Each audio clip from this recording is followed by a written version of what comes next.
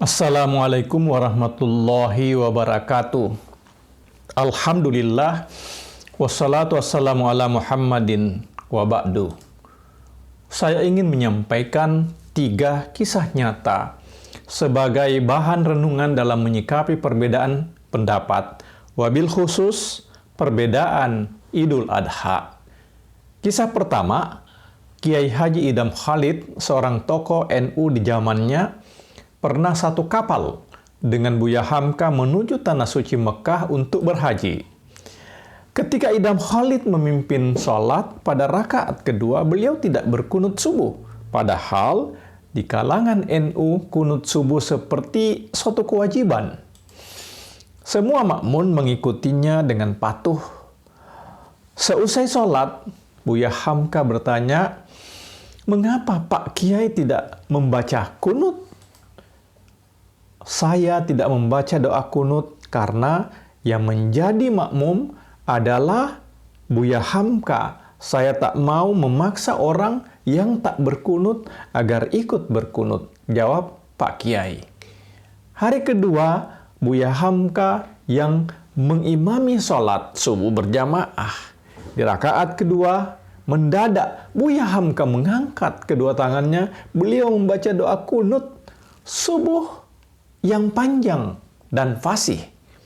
Padahal bagi kalangan Muhammadiyah, kunut subuh hampir tidak pernah diamalkan. Seusai sholat, Pak Kiai bertanya mengapa Buya Hamka tadi membaca doa kunut subuh saat mengimami sholat. Buya menjawab, "Karena saya mengimami Pak Kiai yang biasa berkunut saat sholat subuh. Saya tak mau memaksa orang yang berkunut untuk tidak berkunut." Artinya, kedua ulama tersebut saling memberi pengertian. Mereka berpelukan, tanda keakraban. Perbedaan memang suatu hal yang tak bisa dipungkiri. Perbedaan merupakan hal yang mutlak yang akan kita alami dalam kehidupan. Perbedaan dalam persoalan furu'iyah atau cabang seperti soal kunut, penentuan hari raya Id dan sebagainya harus disikapi dengan tasamu atau toleran agar terhindar dari perpecahan. Kisah yang kedua, Pak A.R. Fahrudin, mantan Ketua Umum PP Muhammadiyah, saat menjadi imam di Masjid NU. Gara-gara salah masuk, namun dihargai oleh pengurus DKM, beliau disilahkan menjadi imam. Sebelum memimpin sholat, Pak A.R. bertanya kepada jamaah, apakah rakaat tarawihnya itu 23 rakaat?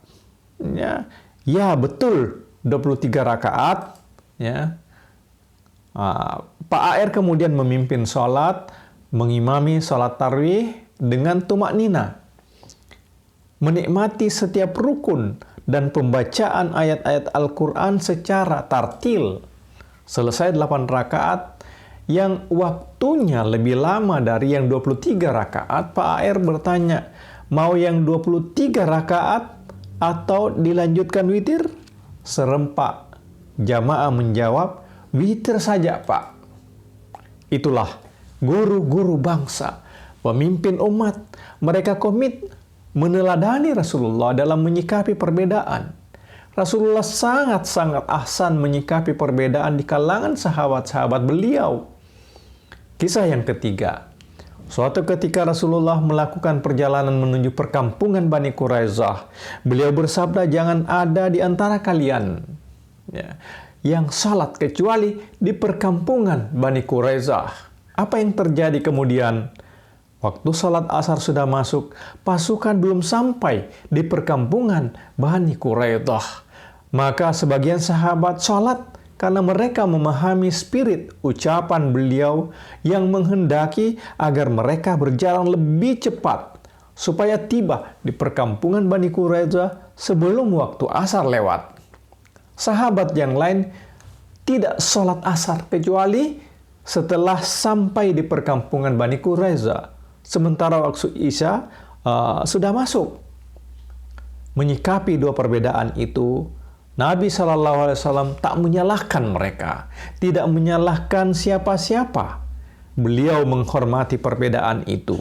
Ini isyarat bahwa dalam memahami teks, baik Al-Quran maupun hadis, ruang untuk berbeda pendapat itu memang terbuka, terutama untuk hal-hal yang sifatnya furu'iyah dan bukan yang usul atau pokok. Saat ini menjadi diskursus yang viral tentang sholat Idul Adha yang berbeda waktu pelaksanaannya. Teman-teman yang ingin mengikuti keputusan Saudi silahkan beridul Adha hari Sabtu. Tapi kalau memilih keputusan pemerintah RI, disilahkan sholat Id pada hari Ahad. Tak ada yang salah, karena ini masalah furu'iyah yang memang memungkinkan terjadinya silang pendapat. Karena itu, jangan saling menyalahkan. Rasulullah adalah uswah dan teladan kita. Perbedaan dalam hal furu' masih terbuka ruang untuk berbeda. Silahkan memilih yang diyakini benar dan lebih sreg. Jangan menganggap diri paling benar dan yang lain mesti salah. Yang pasti, kita semua yang melaksanakan puasa Arafah dan salat Idul Adha akan mendapat ampunan Allah setahun sebelum dan sesudahnya. Ridha Allah pun diraih sepanjang itu memang menjadi tujuan kita. Jazakallahu khair. Assalamualaikum warahmatullahi wabarakatuh.